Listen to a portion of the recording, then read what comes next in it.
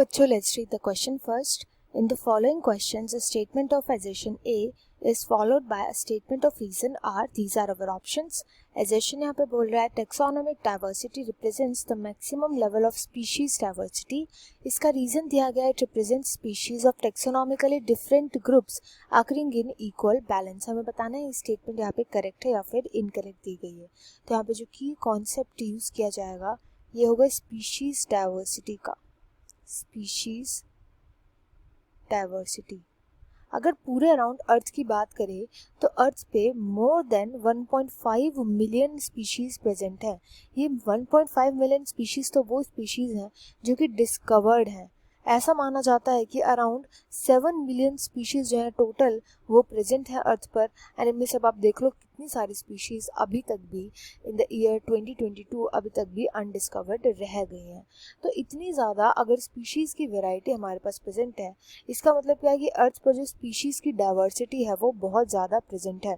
And species की जो diversity होती है वो हम रिप्रेजेंट कर सकते हैं with the help of taxonomic diversity, जो यहाँ पे एजर्शन में दिया गया है. एजर्शन बोले कि taxonomic diversity maximum level of species diversity को रिप्रेजेंट करता है, which is a true statement. जब भी हम टेक्सोनोमिक डाइवर्सिटी की बात करते हैं तो देखो टेक्सोनोमी में हम क्या करते हैं, ऑर्गेनिजम्स को उनके कैरेक्टर्स के अकॉर्डिंग उन्हें कैटेगराइज कर देते हैं डिफरेंट ग्रुप्स में. तो इन्हीं टेक्सोनोमिक जो ग्रुप्स होते हैं इनकी जब हम डाइवर्सिटी की बात करते हैं तो हम मेनली किसकी बात कर रहे होते हैं, स्पीशीज़ की diversity, level of species diversity, कितनी डाइवर्सिटी प्रेजेंट है किसी भी स्पीशीज़ में, उसी की बात कर रहे होते हैं. इसको और ढंग से समझने के लिए यहाँ पे आप पाई चार्ट्स देखिए.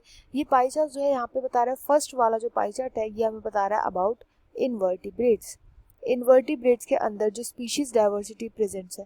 यहाँ पर अगर आप देखोगे तो मोस्टली एनिमल्स में से जो सबसे ज़्यादा डाइवर्सिटी प्रेजेंट है वो किसकी प्रेजेंट है, इंसेक्ट्स की प्रेजेंट है. इंसेक्ट्स. ऐसे अगर हम प्लांट्स की बात करें, ये है प्लांट्स का पाई चार्ट. प्लांट्स के अंदर जो सबसे ज़्यादा डाइवर्सिटी प्रेजेंट है वो है फंजाई की डाइवर्सिटी. फंजाई के बाद आते हैं हमारे एंजियोस्पर्म्स. तो ये जो यहाँ पे पाई चार्ट शो कर रहे हैं वो टेक्सोनोमिक डाइवर्सिटी या maximum level of species diversity को शो कर रहे हैं. इसलिए असर्शन इज करेक्ट. इसका रीज़न दिया गया है कि जो टेक्सोनोमिक डाइवर्सिटी होते हैं वो रिप्रेजेंट करता है स्पीशीज़ को ऑफ टेक्सोनोमिकली डिफरेंट ग्रुप. तो देखो यहाँ पे जो स्पीशीज़ रिप्रेजेंटेड है, यहाँ पे फंजाई हो गया, एंजियोस्पर्म हो गया, ये डिफरेंट टेक्सोनोमी को बिलोंग करते हैं, टेक्सोनोमिक लेवल्स को बिलोंग करते हैं.